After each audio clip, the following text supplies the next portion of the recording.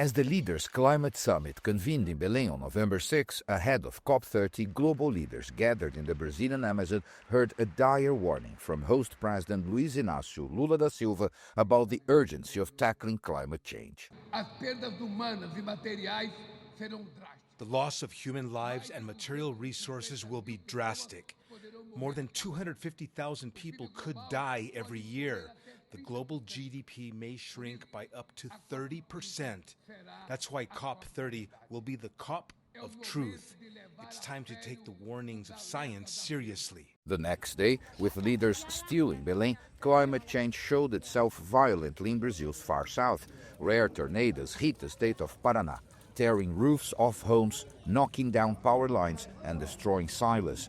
Entire towns were left in the dark. We live here and this kind of thing had never happened, and now it has. What can we do? Who can stand up to nature? It was not only in Paraná. Unusually strong storms and the floods and landslides that follow were a defining phase of climate change in 2025. In Indonesia's Aceh province, floods cut off an Islamic boarding school for 7 days, leaving hundreds stranded. We had no access to anything here for 7 days. We consumed palm tree shoots. Students collected floodwater and boiled it. Almost 90% of homes around us were destroyed. In Somalia, powerful flash floods submerged homes in Mogadishu, forcing families to wade through deep water to escape fast-moving currents. Across the Caribbean, Hurricane Melissa, the strongest storm ever recorded to hit Jamaica, carved the path of destruction. Drones captured entire stretches of coastline torn apart. In Cuba, soldiers rescued residents from flooded neighborhoods. And in Haiti, streets turned into rivers of mud and debris. In the United States, deadly flash floods tore through a summer camp in Central Texas, killing more than 100 people, many of them children. I thought if she could hold on to something, she would be okay. Instead, she and 2 other little girls were knocked out of a tree and died.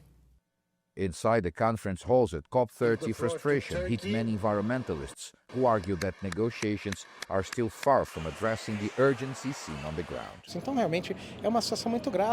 The discussion is not for the sake of diplomats. It's for those who lost their homes in Rio Grande do Sul, for those hit by hurricanes in Jamaica, for the people suffering in the Philippines and in Somalia. In his participation, China's Vice Premier Ding Keqiang urged countries to lift trade barriers that slow the global spread of green technologies, such as solar panels and advanced batteries, essential for the energy transition. China was also among the countries which announced their new targets for reducing emissions, from 7% to 10% by 2035.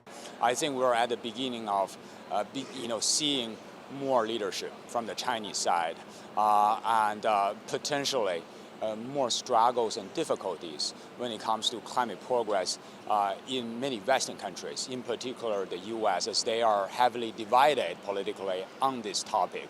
There had been hopes that COP30 here in Belém would move decisively into implementation of measures long on the table, especially the phase-out of fossil fuels to tackle climate change. But analysts, climate experts, and even many governments say the outcome still falls short of those expectations. Small island nations used COP30 to warn that their survival is under threat as rising seas and stronger storms reshape their daily lives. Yeah, different countries have many different challenges. So you've got countries like Fiji, Vanuatu, etc., where the intensity and the frequency of cyclones are unseen and unheard of. But then you've got atoll nations, which is low-lying countries where sea level rise are impacting everything from the way they used to eat their food. They can't grow their staple food and their traditional foods anymore because the land is salinated. They cannot drink from their wells because the water has seeped into that.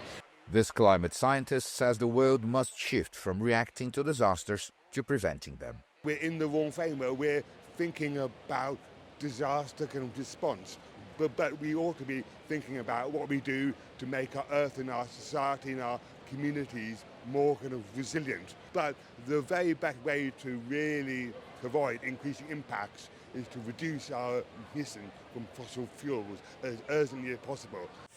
From Indonesia to Texas, from Somalia to Brazil, 2025 has shown a world where extreme weather is accelerating, often faster than communities can adapt. Paulo Cabral, CGTN, Belém, Brazil.